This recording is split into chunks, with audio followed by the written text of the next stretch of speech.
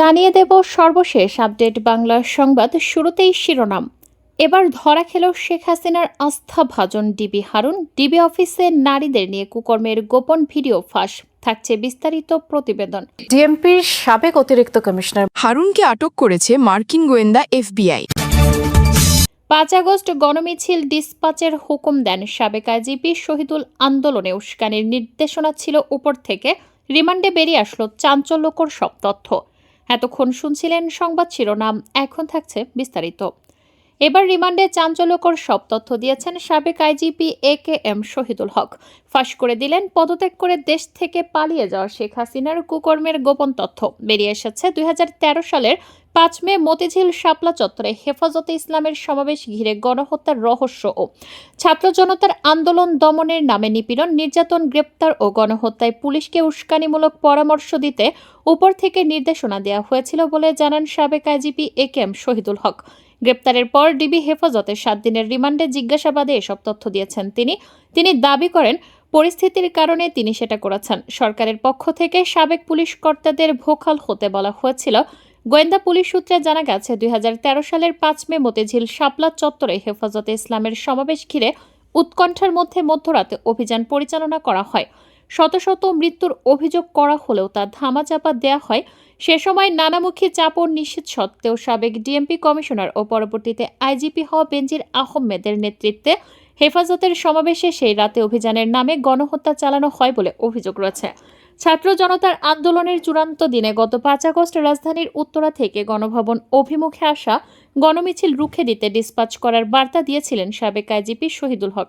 DB হেফাজতে রিমান্ডে শহীদুল হকের দেয়া এসব তথ্য গণমাধ্যমকে জানিয়েছেন গোয়েন্দা রমনা বিভাগের এক ঊর্ধ্বতন কর্মকর্তা।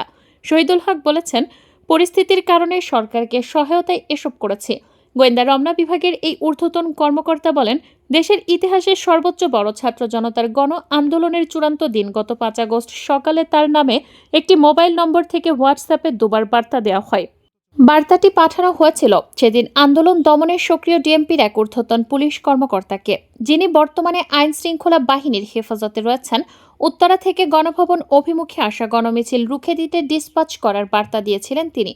এটা যদি সত্যি তিনিই করে থাকেন তাহলে সেটা হবে ভয়াবহ উস্কানি। ওই বার্তাটি তথ্য প্রযুক্তিগত সহায়তায় পরীক্ষা নিরীক্ষা করা হচ্ছে। কাকে কাকে এমন মেসেজ পাঠানো হয়েছে সেটা খতিয়ে দেখা হচ্ছে। প্রমাণিত হলে তার বিরুদ্ধে রাষ্ট্রবিরোধী ষড়যন্ত্র ও সাইবার নিরাপত্তা আইনে মামলা হবে বলে জানান তিনি। শেখ হাসিনা ক্ষমতাচ্যুত হওয়ার আগের দিনও গণভবনে ছিল কোটি কোটি টাকা। নির্ভরযোগ্য একাধিক সূত্র মানবজমিনকে এই তথ্য নিশ্চিত করেছে। 4 আগস্ট রাতে ক্ষমতাচ্যুত প্রধানমন্ত্রী শেখ হাসিনা একাধিক নেতা ও নিরাপত্তা সংশ্লিষ্ট ব্যক্তির সঙ্গে বৈঠক করেন। এই সময় টাকা বিলি বন্টন করা হয়। সর্বশেষ বৈঠকটি হয় তার সবচেয়ে ঘনিষ্ঠ 5 জন নেতা ও কর্মকর্তার সঙ্গে। এর মধ্যে ছিলেন আইনমন্ত্রী আনিসুল হক, জুনায়েদ আহমেদ পলক ও মোহাম্মদ আলী আরাফাত। এছাড়া ছিলেন মেজর জেনারেল জিয়াউল আহসান ও একজন লেফটেন্যান্ট জেনারেল। সেই বৈঠকে হাসিনা সার্বিক পরিস্থিতি পর্যালোচনা করেন। বলেন, আর অপেক্ষা নয়, আর আপোষ নয়, নির্বিচারে গুলি চালিয়ে পরিস্থিতি শান্ত করতে হবে। বৈঠকে যোগ দেন আইজিপি চৌধুরী আবদুল্লাহ আল মামুন। মানবজমিন জানতে পেরেছে, বৈঠকে আইজিপি জানান পুলিশের পক্ষে আর সম্ভব হচ্ছে না।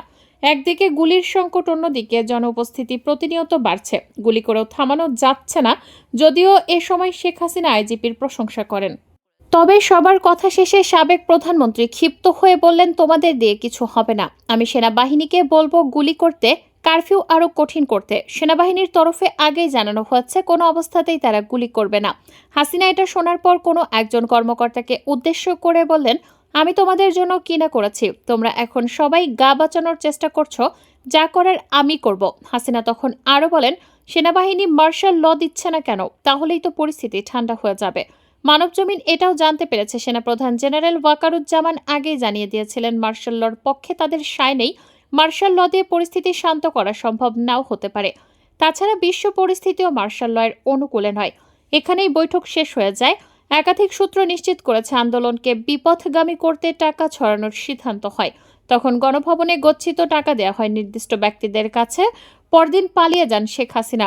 এই সময় গণভবনে লুট হয়। লুটকারীরা টাকাও নিয়ে যায়, তবে কত কোটি টাকা ছিল জানা সম্ভব হয়নি। 55 লাখ টাকা উদ্ধার করে সেনাবাহিনীর হাতে দেয় জনতা। রিপোর্ট পরিবর্তন না করে পিলখানা হত্যাকাণ্ডের সঠিক রিপোর্ট দেওয়ার পর হাসিনার রিপোর্ট ছুড়ে মেরে বলে, হাউ ডেয়ার ইউ আর। জবাবে তিনি বলেছিলেন, আমার ভাইয়ের রক্তের সঙ্গে বেইমানি করতে পারবো না। এরপর রফিককে পিলখানা থেকে তুলে নেওয়া হয়, 361 দিন ডিজিএফআইতে রাখা হয়। সেখান থেকে আয়নাঘরের শুরু। 5 বছর অন্তরীণ থাকার পর ছাড়া পেলেও আর দেশে থাকতে পারেননি। বেসরকারি টেলিভিশনের একটি অনুষ্ঠানে মালয়েশিয়া থেকে যোগ দিয়ে এসব কথা বলেন ক্যাপ্টেন অবসরপ্রাপ্ত ডক্টর খান রফিক। এ সময় তিনি বলেন, আজিজ, মইনুল, আকবর, জিয়াউল আহসান এদের সবার হাত সে সময়ে রক্তের রঞ্জিত। আর পুরো ঘটনার মাস্টারমাইন্ড ছিলেন তারিক আহমেদ সিদ্দিক। এই মেজর জেনারেল অবসরপ্রাপ্ত তারিক আহমেদ সিদ্দিক সাবেক প্রধানমন্ত্রী শেখ হাসিনার নিরাপত্তা উপদেষ্টা ছিলেন। 2009 সালের 25শে ফেব্রুয়ারি সূচনা হয় বিডিআর বিদ্রোহ নামে বাংলাদেশের ইতিহাসের এক কলঙ্কজনক অধ্যায়ের। নির্দয় জওয়ানরা একে একে বুক ঝাঁঝরা করে হত্যা করেন 57 জন সেনা সদস্যকে। 25-26 ফেব্রুয়ারি চলায় বিদ্রোহে মোট 74 জন প্রাণ হারান। নির্মম সেই হত্যাকাণ্ডের 15 বছর পর সাবেক ক্যাপ্টেন অবসরপ্রাপ্ত ডক্টর খান রফিক জানালেন, পিলখানা হত্যাকাণ্ড বিডিআর বিদ্রোহ ছিল না, এটা ছিল পরিকল্পিত হত্যাকাণ্ড। কতিপয় সামরিক, বেসামরিক ও রাজনৈতিক নেতৃত্ব প্রত্যক্ষ ও পরোক্ষভাবে এই ঘটনার সঙ্গে জড়িত ছিলেন।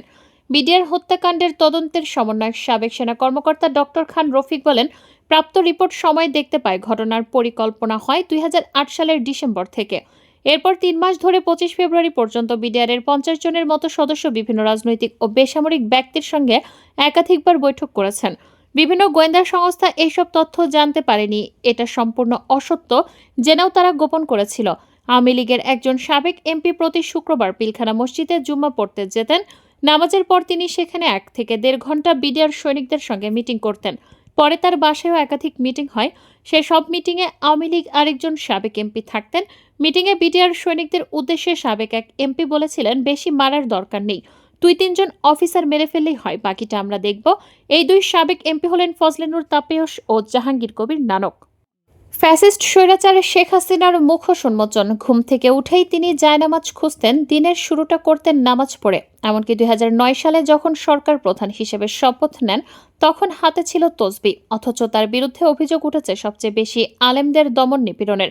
তার আমলে নির্বিচারে গুলি করে হত্যা করা হয় মাদ্রাসার শিক্ষার্থীদের। এমনকি বলা হয় দেশের মাদ্রাসাগুলো হয়ে যাচ্ছে জঙ্গি তৈরির কারখানা। সাবেক প্রধানমন্ত্রী শেখ হাসিনার একসময় ব্যক্তিগত সহকারী মুক্তিযোদ্ধা মতিউর রহমান রেন্টু তার আমার ফাঁসি চাই বইতে লেখেন, শেখ হাসিনার সবচেয়ে বেশি অপছন্দ ছিল নামাজি মানুষ।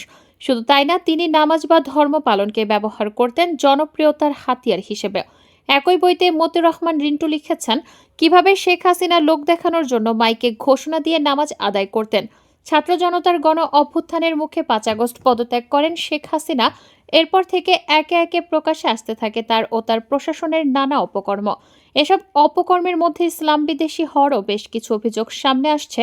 যেমন কোটা সংস্কার আন্দোলনের সময় গ্রেপ্তার হওয়া 17 বছর বয়সী ফায়াজ এক বেসরকারি টিভিতে দেওয়া সাক্ষাৎকারে বলেন, তাকে যখন রিমান্ডে নেওয়া হয় তখন ডিবি অফিসে জামাতের নামাজ হতো এবং সেই নামাজের সিসিটিভি ফুটেজ চেক করা হতো। যদি ফায়াজ নামাজ পড়তেন তাহলে তিনি শিবির কর্মী।